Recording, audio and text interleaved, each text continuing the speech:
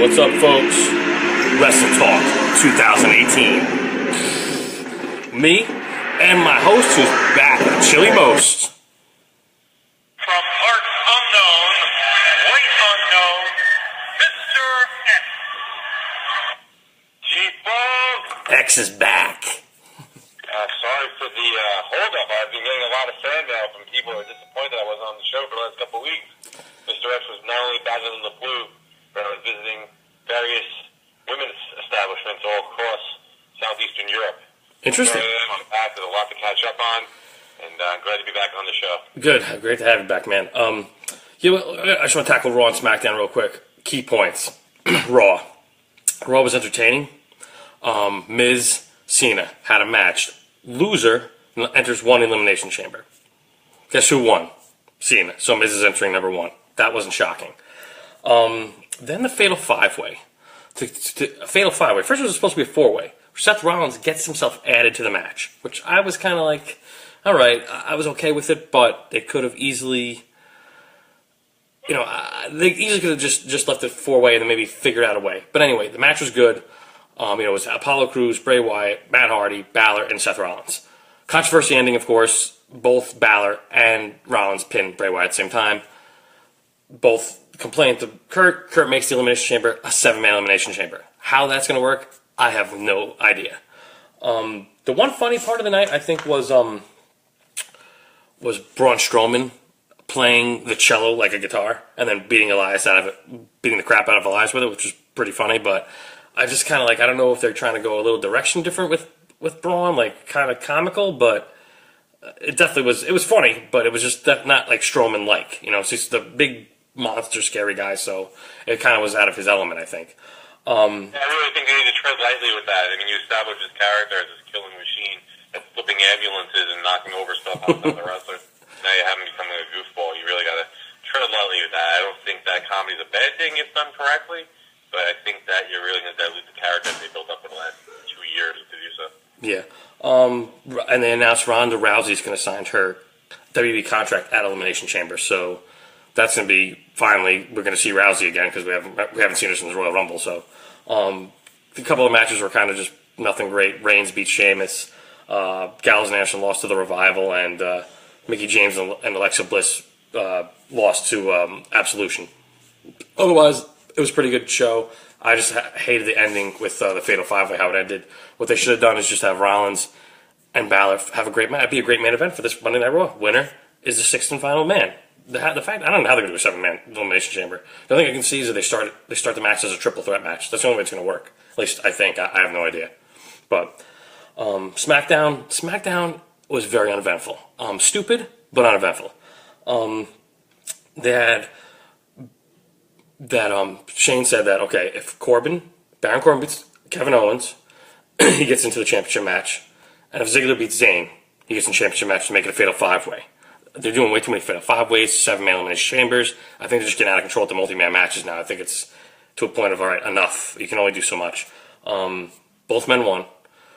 So now it's going to be Fatal 5-Way, Corbin, Ziggler, Owens, Zayn, and AJ Styles. I think AJ's got to win just because everyone wants to see him against Nakamura at WrestleMania. And if that doesn't happen, people are going to be pissed. I know I will be. The Bobby Roode U.S. Open Challenge, U.S. Championship Open Challenge was interesting. Randy Orton came out, said his spiel, and then Jinder Mahal came out. They tussled, they argued. Jinder was the last man standing at it after all of it, but I think I could see that being a triple threat match, probably at Elimination Chamber, and then the winner of that, either Roode or I think Orton are going to win, and then they'll probably fight at WrestleMania, which I think would be pretty cool. I would like to see that match. But otherwise, like I said, and the whole thing on SmackDown, no AJ Styles, no Nakamura. So that was kind of really upsetting to me because those are the main guys. Those are what everyone wants to see. I heard there was a dark match. I think Nakamura was one of the dark matches, but it wasn't on TV. So that's why I think SmackDown should be 3 hours. It should be just like Raw because you're not showing all your talent. Instead, we get to see stupid bullshit matches that no one cares about. So I don't know. Anyway, what do you got for us there with the news? I wouldn't go 3 hours on a Raw. On SmackDown, I'd like to see Raw actually go back to 2 hours. I think that is too much to keep up with. Who has the time for this? I didn't even get to watch the shows this week, and I certainly can't catch up with 5 hours of wrestling. I think better use of the writing team. Also, I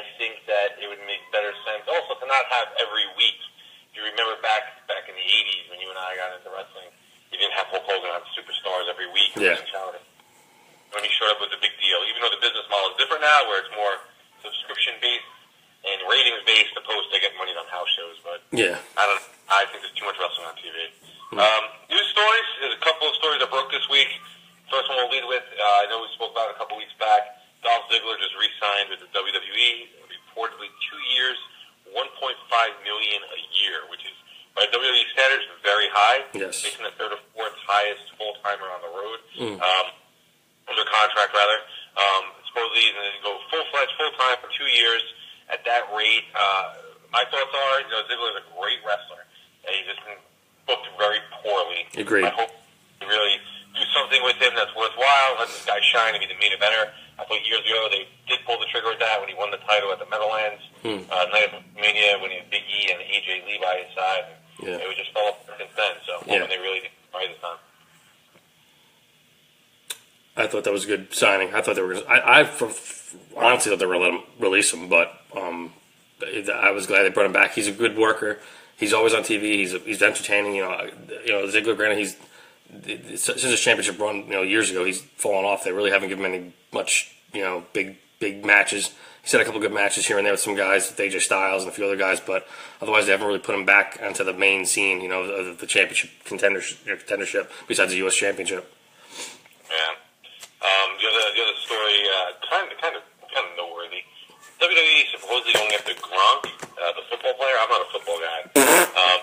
Now I know their model is you hire these people that are from outside sports. You bring in other fans. Rarely does it really work in to develop a really good wrestler. I mean, there's been games where it's not the case. Kurt Angle, obviously, turned out the greatest of all time. You've seen a lot of fails. Here too. So I don't know how I feel about this. I'm not really that familiar with the guy. I know he did appear at WrestleMania 2 years ago. I think that they're just trying to get more audience. And like I said, if he was going to appear at WrestleMania or something and be in a match or be in the Battle Royal, the Andre the Giant Memorial Battle Royal, which you're going to have again, that'd be cool. But like I said, it's not like back in the day when I went to WrestleMania and had LT versus Bam Bam Bigelow. It wasn't like he was he was the main. They made that the main event. And it was cool and everything, and it was in, of course, it was in New York, so they're going to have LT win, of course. But otherwise, I think they've kind of dwindled from guys getting more superstars, more outside sports stars and other people involved, unless it's like, more like WrestleMania-esque, like not major, like the Ronda Rousey, because she's a sports, being from UFC, I think is a good signing, because it's kind of, it's relatable, the Ultimate Fight and Ultimate Fighting with, wrestling and all sorts of different, fighting combinations kind of equivals to the wrestling world a little bit, except the entertainment value is a lot different. But, I think, I don't see Gronk doing anything. I said he's sticking to football unless he's can't, like I heard he's had the bad concussions. He's been very injury prone. But even then, if he comes to WWE, you're going to get hurt if you don't know what the hell you're doing. You can train all you want, but you can easily get hurt just as much as in any other sport. Excuse me. I agree. The only other news story I had before we go to our calls and emails, you mentioned to me that Ric Flair did an interview recently. He mentioned who he would listed the new Four Horsemen with today's talent. I didn't hear the interview, but I think you told me who he was talking about. Yeah, he had. He said he'd pick Dolph Ziggler, Randy Orton, Roman Reigns, and Seth Rollins. I thought about it. That's not a bad Four Horsemen. I really probably want to put Reigns in there, maybe. But the other three, yes. So on Ziggler, but I would definitely put him probably in above Reigns. If I had to pick Four Horsemen to do today, I would probably pick Orton for sure, because he's been in so many factions that he would fit kind of good and be able to probably be the leader, if not like one of the main guys. I'd say Orton, Rollins definitely. Any guys who've been like in factions already would probably fit good because they know how factions work. Orton, Rollins. I'd probably say Ziggler myself, maybe. Ziggler or Bobby Roode. And either Balor or AJ Styles is to finish up my four. But like I said, if they did another Four Horsemen, they would have to they wouldn't make it Four Horsemen. They have to make it a different name, but it's somewhat like relatable to the Four Horsemen. Because the Four Horsemen can never be duplicated. They were unbelievable, and Flair and Arn Anderson and Tully Blanchard and Wyndham and the number of guys that were in and out of the Four Horsemen through the years. But the originals were the best. Yeah. In my opinion, I don't think you need to put established stars in there. I think that with a group like this, just like Evolution back in 2003, Yeah. you had Ric Flair, Triple H, who were established, and then you had two youngsters, or I don't say young in age, but young in the business, Dave Bautista and Randy Orton. And these two guys, I mean, got so much rub from that, and they turned into the main eventers themselves. So in my scenario, I would have the Four Horsemen. I always think back to the original group. It was Ric Flair, Lex Luger. Luger wasn't original. He wasn't an original, but it was the original were Lex. Lex, Tully, Ole, and Arn. Yeah. But the Four Horsemen, when they came to prominence, it was Flair, Luger, Arn, and Tully. Yeah. Where Luger was the U.S. champion, Arn and Tully were the tag champion, and Flair was the heavyweight champion. I would mirror that pattern, and I would do Bobby Roode as the Ric Flair. He would be the center. He'd be the champion of this group. And the enforcer, or the Luger in the group, would be Drew McIntyre. I think that guy got it all. I really do. I think he's going to be a main eventer, and I think that it would do him good to get back that way into wrestling. And then for my tag team, I'm going to go with the Revival. I mean, the Revival, they're new. They're relatively young. Yeah. And I think a lot of upside they have them being a faction like that. Maybe even throw in a manager for the group. I don't know. I'd love to see Jim Cornette, but who knows? I'm a fan of factions. I'd love to see AJ, the Club, and Finn Balor have a heel faction. I think they would be awesome as a faction. Like I said, but with everyone being split up on different shows, it's, it might happen someday, but who knows? Yeah, eventually with long-term booking, it's going to happen. That's all I have for news. You have anything else before we go to our? No, like I said, I just think that WWE's overkilling it with the multi-man matches now. I know you have so much talent. Just break up the matches. Like, do you really need Miz and Rollins and Balor in it? Like, you take one of those guys out, or keep one of those guys in and take the other two and have a match. Miz is not defending the Intercontinental Championship at Elimination Chamber. Let him. And then he defends it against whoever, and he wins, and then he defends at WrestleMania and then probably loses because his kid's going to be born around WrestleMania time. And I think that SmackDown's just copying off Raw because they have, they don't have Elimination Chamber, but they have Fastlane. And like I said, how many times could you possibly see Ziggler and Corbin fight each other? But like you can do other matches, and like Nakamura's not even scheduled to be at Fastlane. So I don't know. I just think that they're just overutilizing the multi. Like, I used to love multi-man matches, but now they're just overkilling with it, I think. But like I said, I think it's just for now. I don't think, I'm pretty sure WrestleMania might have one or two of them, but I don't think they're going to go crazy with, maybe one triple threat match.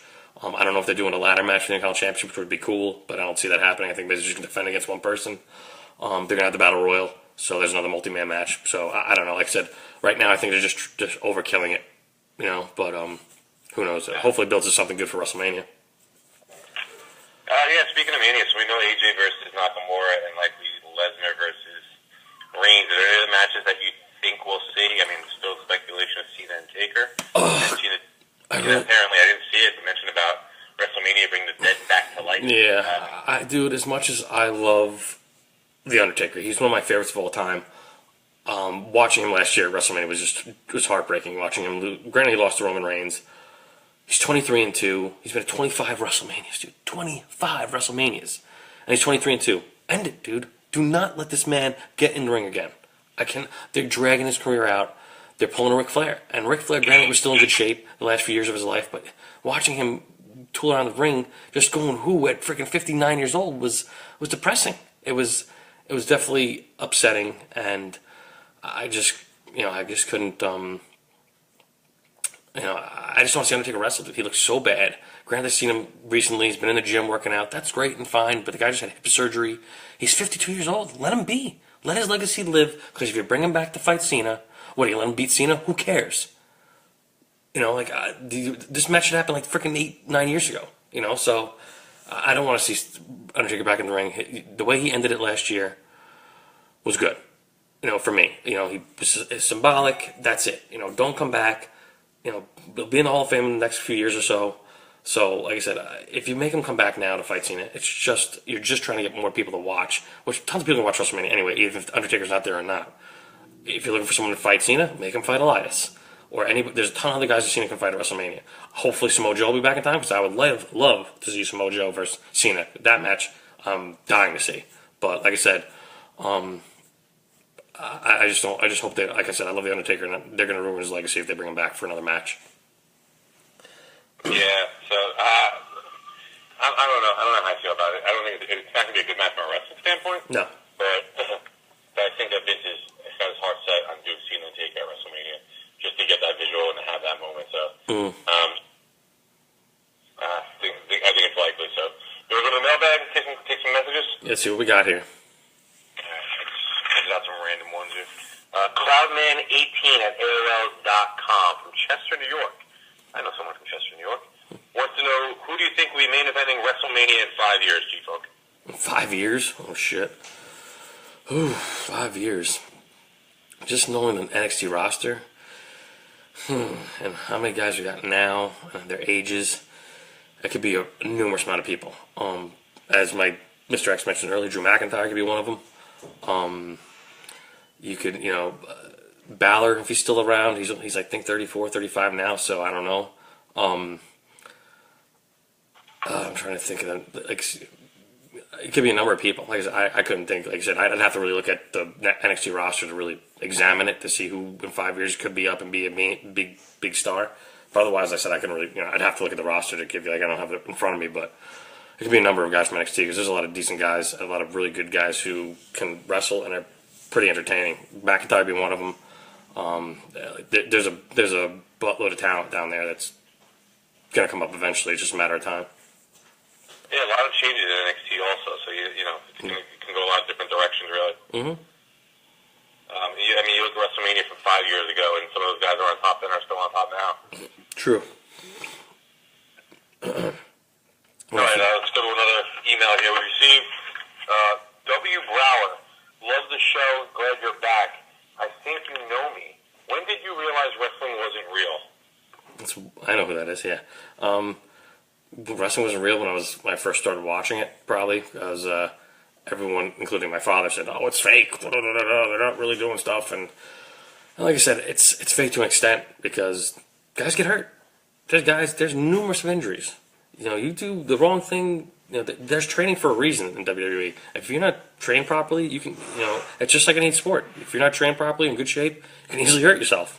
Granted, it's nothing like guys have the same injuries like NFL players and baseball and basketball players, ACL tears, shoulder, dislocations, like tons of injuries that happen to regular athletes. So, to a point it's fake, but to a point it's also real. Yeah, no, the injuries are real. There's no denying that. Yeah. I'm going to go, with a couple voicemails here. I'm going to try to play it so you can hear it, G-Funk. Here we go. Hey, G-Funk. G-Funk, how are you? Ikram Pasha calling once again from the bookie down in the ball. Hope all is well. I appreciate you. God bless you playing my call last week. I very much love the show, Mr. X. Very nice edition. A question for you. I'm in Nepal and they were in India.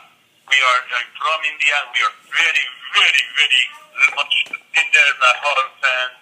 And so my question is, in the latest WWE tour, many people were very, very upset that Triple H went over, as they say in America, he went over on Jinder Mahal on the tour, and billions of people are fans in Asia, and I wonder if you think it was a bad idea, very bad, for Jinder Mahal to get squashed by Triple H, and God bless you, Chief Funk, Assalamu alaikum, and I look forward to your response. Thanks, man.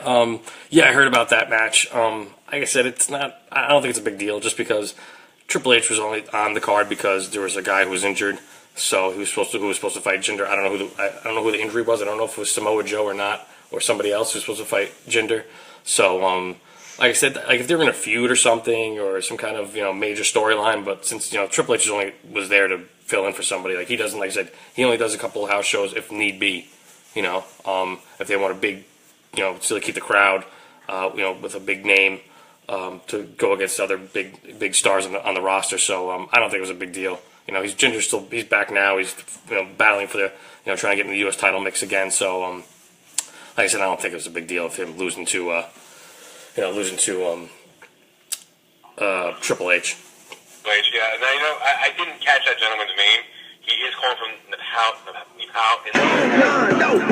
Sorry about that. Call back. Can you please advise where you heard about our show? I'm curious how we're reaching the audience we are reaching. I know we're out there on Reddit and on Twitter and on Facebook shares, but I'm just curious about the methods people discovered the show, please. Got another call here queued up. Hang on 1 second. Hey, Jerry G. Funk, how are you? Mark Ellis calling back once again. Thanks once again. Love the show. Hey, question for you. Obviously, maybe you tell by my voice, I'm a member of the GLBT community, where there's actually a big wrestling fan community, and to everyone's chagrin, we don't just watch wrestling because we like watching men in their small tights. Obviously, that Ken Shamrock was a big section of that. But my question is, do you think there should be more recognition for some of the pioneers of the GLBT community, like, for example, a Chris Kanyon, who really put himself out there and really gets little to no recognition and had such a horrible tragedy to the end of his life? Maybe G-Funk, you can explain on that. Mr. X, hey, love you. And if the WWE could just do something, to show a little compassion. It's not that hard. I mean, it's as easy as just reviewing someone's resume in a timely fashion. So, hey, love the show. Looking forward to hearing what your response is. Thanks, Mark. Yeah, Chris Kanyon, there's a bunch of guys from that. Like I said, Vince is very picky who he honors and who they go with to put in the Hall of Fame. There's a number of people that I think who should be in that aren't. Kanyon is one of them, but just some of these guys, the way that tragically he passed, like Chris Benoit, the way he killed himself and murdered his family, and Owen Hart, the way he tragically died from a horrible accident in the ring. Owen Hart deserves to go in the Hall of Fame. There's no doubt. Chris Benoit deserves to be in the Hall of Fame. Will he get in? Don't know. Kanyon, probably not. He wasn't on WWE long enough, I think. Didn't really have much of a run. He was there for a little while. I forgot he had another name too when he came over. I forgot. But like I said, he didn't really have a big impact on the on what you call on WWE. It's like you have to be some kind of champion for a period of time, or be a big entertainer. And he wasn't really a mic talker. But like I said, there's guys who should be in the Hall of Fame and should get honored, or that probably just won't because the way Vince sees them, especially with anything tragic deaths and stuff. So, like I said, I don't know. Like I said, they could, if there was a separate wrestling Hall of Fame, he probably could get in. But Vince and the committee with WWE has like certain guidelines, I guess. Like I said, I couldn't tell you. Yeah, I don't have much of an opinion on that, but thanks for calling. I think he recalled last week as well. Yeah. Little email real quick. Sarah Glenn at yahoo.com. I saw your show posted on Twitter. Big fan. Really relate to you guys. Thanks for all that you do. Personal question and a wrestling-related question. For one, what is both of your real jobs? Clearly, you're not both wrestling analysts. And secondly, who were your top managers of all time? Right. I don't want to disclose my job on the thing, but I don't think Mr. X does too, so we'll just keep that to the side. I don't have an issue with it. I actually work at ShopRite. Okay. Anyways, manager of all time, that's a tough one. There's so many ones that I grew up loving Captain Lou and Classy Freddie Blassie. Through the years, the manager, like I said, has been a dying breed. There's really no more wrestling managers out there anymore. Paul Heyman, if you consider him a manager, really, he's an advocate, as he says, for Brock Lesnar. There's really no one else. Like I said, I have to say, Captain Lou, Mouth and South of Jimmy Hart, the Doctor of Style, Slick. He was one of my favorites. There's a few, but like I said, they're a dying breed. Like I said, there's no really managers around anymore. So, what about you, Mr. X? Who's your favorite manager of all time? I wasn't really one for manager. I mean, I think Paul Heyman's fantastic. The guy captivates the screen whenever he's on. But I'm really like old school. I really like Oliver Humperdinck, if you remember him. Oh yeah, I forgot about him. Yeah, I was a big Oliver Humperdinck. You know what it was? I like Paul Orndorff a lot, and I really like Bam Bam Bigelow, one of my favorites back in the day. So anytime Oliver Humperdinck took the screen, it really, it really captivated me as a child. Looks like I got one more voicemail. Let me just cue it up. Okay. Hey, Jerry G. Hey, once again, Brent calling back again this week from D.C. Thanks for all your help. I was able to land that Bushwhacker set of my action figures for my collection. Nice, dude. Really appreciate it if it wasn't for your help with the got it. Question for you though, and I don't know if you're in the action figure market too, but I'm trying to get I got to get this Howard Finkel figure, and they make you buy 4 guys just to get all little parts of his body. It's actually a little disturbing. Well, like 4 guys, they can't just pay $10 to buy my Howard Finkel. So, Jerry G, what do you think of that? Talk to you later. Yeah, man, you're all about wrestling figures. I don't know. I knew there was a Howard Finkel figure. I didn't know it came in pieces. That's still disturbing and upsetting at the same time. But I knew I had the rubber, the old the LJN wrestling figures back in the day. I had Mean Gene Okerlund, but there was no Howard Finkel, which I was kind of upset about. But I had the Mean Gene one. I know that Mr. X's son's a big collector. I don't know if he has does he have the Howard Finkel doll figure or no? No, funny enough, I understand what this guy's saying. Yeah. They have a thing where you have to buy 4 different wrestlers, and with each wrestler, you get a different piece of Howard Finkel. We actually have Howard Finkel's head, so if anybody out there wants to trade, maybe send me a leg or something. That's okay. I don't know. I mean, my son's 6 years old. The fact that this guy keeps calling in about wrestling figures. That's pretty funny. I'm assuming he collects there and hangs them up, and there's value behind it. Well, I'm glad he got his bushwhacker guys because of us. So good way to go, dude.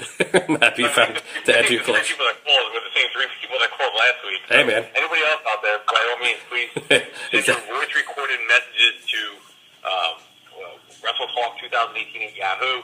Like I spelled out, please mention where you heard the show. Any questions are, we'll be happy to entertain anything.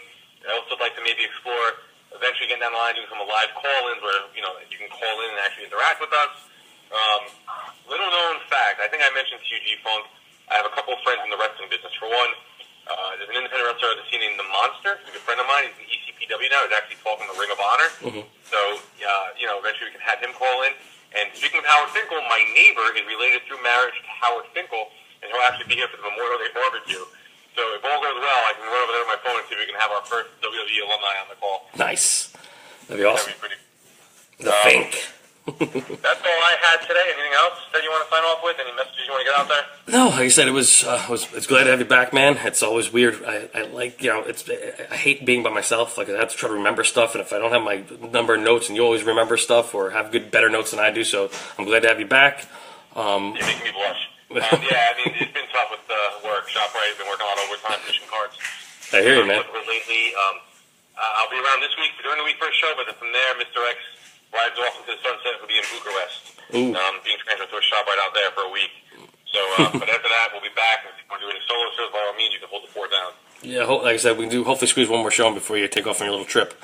But, folks, like I said, if you want to be in contact with us at wrestletalk2018 at yahoo.com, questions, comments, to the audio emails, you can hear your voice on the show, and eventually we're going to try to do call-ins down the road. But for now, until next time, Mr. X, G-Funk, signing off. I got to go. I'll see you when I see you.